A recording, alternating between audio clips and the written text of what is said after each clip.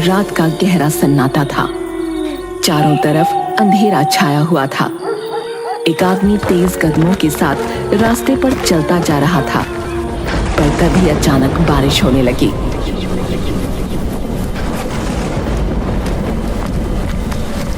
उसे सामने पंचायत घर दिखा, पर वो वहां रुकना नहीं चाहता था, इसलिए वो चलता रहा। लेकिन तभी अचानक बहुत तेज बिजली कड़की। वो आदमी डर के मारे भागा और जाकर पंचायत घर के छज्जे के नीचे खड़ा हो गया। हे भगवान, मैं कहाँ फंस गया?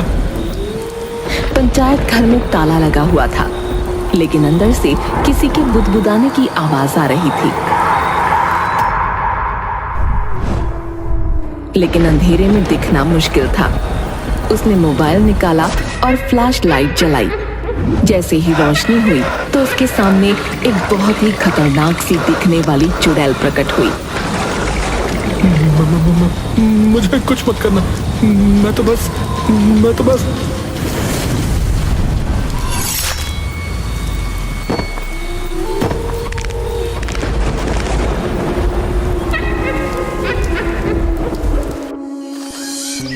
मालगंज नाम के गांव में एक पंचायत घर था, जहां विवेक सचिव की पोस्ट संभालने आ रहा था।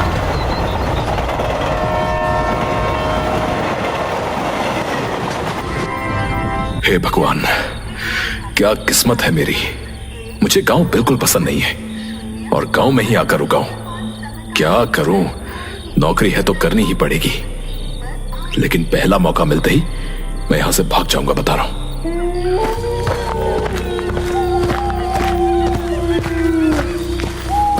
क्या रोड है ये? रोड में गड्ढे हैं या गड्ढों में रोड है, समझ ही नहीं आ रहा है। तुम नए सचिव हो ना? मरोगे, तुम भी मरोगे। वो तुम्हें भी नहीं छोड़ेगी, वो किसी को नहीं छोड़ती है। क्या बक रहे हो? जाओ यहां से। भाग जाओ, अपनी जान प्यारी है तो यहाँ से भाग जाओ। फिलहाल तू भाग जा यहां से, वरना मार मार के तेरा सिर फोड़ दूंगा, मैं बता रहा हूं। नहीं सुनेगा तो मरेगा, नहीं सुनेगा तो मरेगा। सब मरेंगे, सब मरेंगे।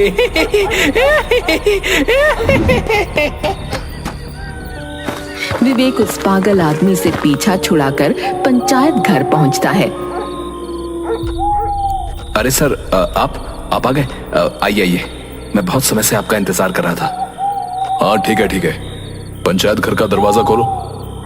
जैसे ही दरवाजा खुलता है तो एक बहुत बुरी बदबू आती है। ये इतनी बुरी बदबू किस चीज की है? पता नहीं सर, मेरी तो नाक में बस गई है ये बदबू, तो मुझे पता ही नहीं चलता है। लेकिन मुझे तो यहां रहना है। एक काम करना कि बाजार से बहुत सारे एयर फ्रेशनर ले आना। और प्रधान जी कहाँ है? वो आजकल बीमार रहते हैं, इसीलिए पंचायत घर नहीं आ पाते।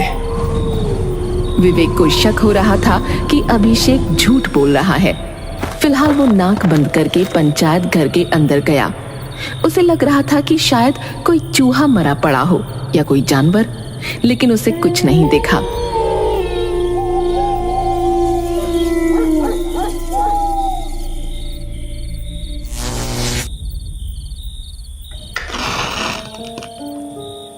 यार अभिषेक, मैं तो समझ ही नहीं पा रहा हूं कि मैं यहां रहूंगा कैसे।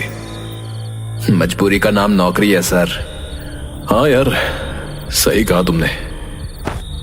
अभिषेक चला गया और विवेक मोमबत्ती की रोशनी में बैठकर कुछ सोचने लगा। लेकिन तभी अचानक उसके ऑफिस में रखी हुई कुर्सी अपने आप हिलने लगी। वो उस कुर्सी के पास पहुंचा तो कुर्सी ने अचानक हिलना बंद कर दिया। ये क्या था?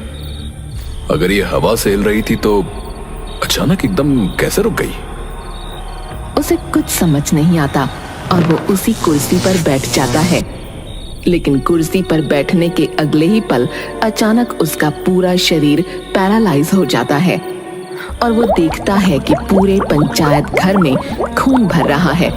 फर्श, दीवारें, छत सब कुछ खून से लाल हो चुका है। उसको हार्ट अटैक आने वाला था कि तभी अचानक उसका फोन बजा और वो ठीक हो गया।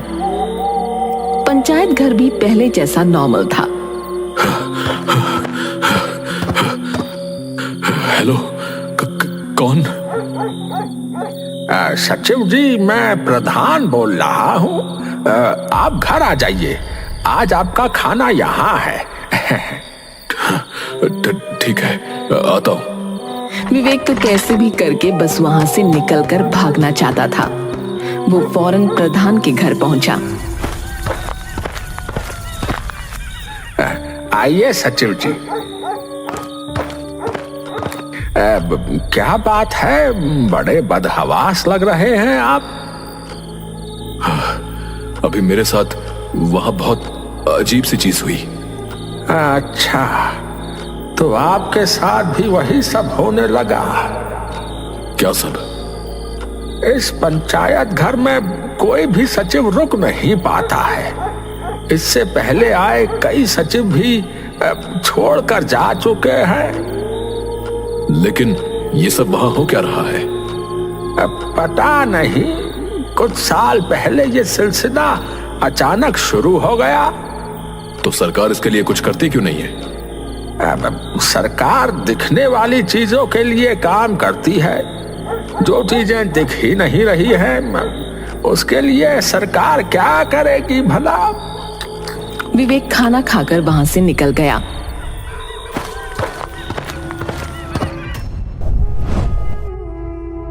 रास्ते में उसे अचानक बिल्ली के रोने की आवाज आई। उसने चारों तरफ घूम कर देखा, लेकिन कहीं कोई बिल्ली नहीं थी। तभी उसके कंधे पर किसी ने हाथ रखा और वो झिझक गया। अरे क्या हुआ सर? आप डर क्यों रहे? मैं हूं अभिषेक। नहीं, मैं वो बिल्ली के रोने की आवाज से थोड़ा घबरा गया था। पर मैंने तो किसी बिल्ली को रोते हुए नहीं सुना सर। फिलहाल आप मुझे यूं ही दिख गए तो मैंने सोचा आपसे मिल लूं। चलिए मैं चलता हूं। हाँ, अच्छा ठीक है, ऐसे डराया मत करो यार। अभिषेक विवेक से आगे चला गया और एक गली में मुड़ गया।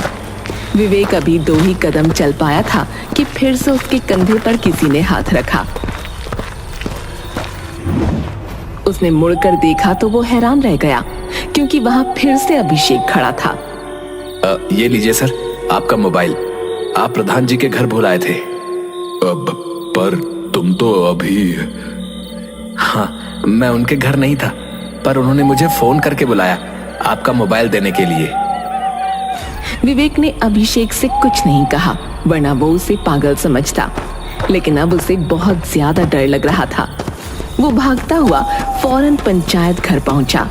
वो पंचायत घर का दरवाजा खोलने ही वाला था कि तभी उसे अंदर से किसी के बोलने की आवाज आई।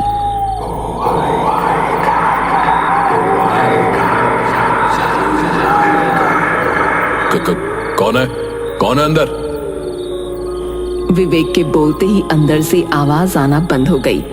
उसने बहुत हिम्मत करके दरवाजा खोला तो अंदर कोई नहीं था और अब बदबू पहले से भी ज्यादा बढ़ गई थी। उसने फटाफट एयर फ्रेशनर छिड़का।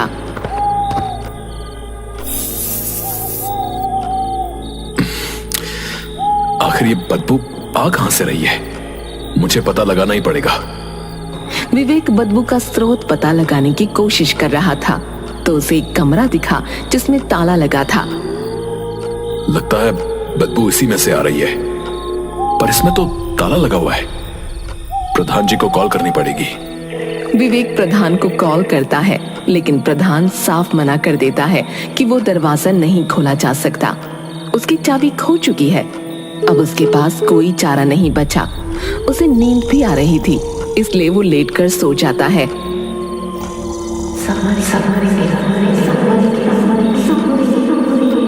रात का 2:30 बज रहा था। विवेक की एक अजीब सी आवाज के साथ आंख खुली। मोमबत्ती बुझने ही वाली थी। उसकी हल्की सी रोशनी में उसे कोने में एक आकृति नजर आई। वो आकृति दिखने में किसी औरत की लग रही थी। पर उस समय विवेक को अपने दिमाग पर भरोसा नहीं था। अचानक बाहर बिजली कड़की और उसकी रोशनी में उसे नजर आया कि वो एक चुड़ैल है। वो डर कर बाहर भागा। हे भगवान, हे भगवान, ये सपना है या हकीकत? क्या मैंने अभी एक चुड़ैल को देखा? मैं क्या करूं? मैं क्या करूं? विवेक डर के मारे बाहर ही सो गया। अगली सुबह अभिषेक ने आकर विवेक को उठाया। क्या बात है सर, बाहर क्यों सो रहे हैं? तुम मानोगे नहीं अभिषेक, मैंने रात अपने कमरे में एक चुड़ैल को देखा था। क्या सर, आप भी चलिए अंदर चलिए। विवेक डरते डरते अंदर गया और जैसे ही अपनी कुर्सी पर बैठा तो अचानक उसे बेचैनी होने लगी। चीखों की आवाजें उसे सुनाई देने लगी और उसका शरीर फिर से पैरालाइज्ड होने लगा। तो वो उठकर खड़ा हो गया। यहाँ आखिर दिक्कत क्या है? पता नहीं सर, मुझे तो लगता है इस सब में प्रधान जी का हाथ है, इसीलिए वो यहाँ कभी नहीं आते हैं। तुम सही कह रहे हो, क्योंकि कल मैं उनके घर गया था तो वो बिल्कुल ठीक थे, पर फिर भी यहाँ नहीं आए। खैर जो भी हो, अब मैं यहाँ एक तांत्रिक को बुलवाऊंगा, वरना मैं यहाँ रह नहीं पाऊंगा। दिन भर का काम निपट जाने के बाद विवेक शाम में एक तांत्रिक को बुलवाता है। वो तांत्रिक उस चुड़ैल को अपने वश में करने की और उससे बात करने की कोशिश करता है। चुड़ैल, सामने आ, तो इस बाबा से बच नहीं पाएगी। मैंने तुझ जैसी हजारों चुड़ैलों का काम तमाम किया है। तांत्रिक उस चुड़ैल को वश में करने में कामयाब हो जाता है, पर वो चुड़ैल कुछ भी बताने को तैयार नहीं थी। बड़ी मुश्किल से उसने बताना शुरू किया। ये सब प्रधान की वजह से है। उसने 10 साल पहले अपने साले को सचिव बनाने के लिए नियुक्त हुए सचिव को मरवा दिया था और तब उस सचिव के भाई ने सचिव की कुर्सी पर टोना कराया था। मैं तब से यही हूँ। मेरा काम है किसी भी सचिव को इस कुर्सी पर ना बैठने देने का। ये टोना किसने कराया था? उसका नाम बता। नहीं, बता। नहीं, ये कुछ नहीं बताएगी। इसे कैद कर लीजिए या भस्म कर दीजिए। अरे यहाँ क्या हो रहा है? अरे तुम्हें पता अभिषेक, इस कुर्सी पर किसी ने टोना कराया है, जिस वजह से ये चुड़ैल यहाँ किसी सचिव को रहने नहीं देती है। अच्छा, ऐसी बात है? तो अब तक इतने सचिवों को इस चुड़ैल ने मारा है। मैं अभी इसे बताता हूँ। अरे नहीं, तुम रहने दो।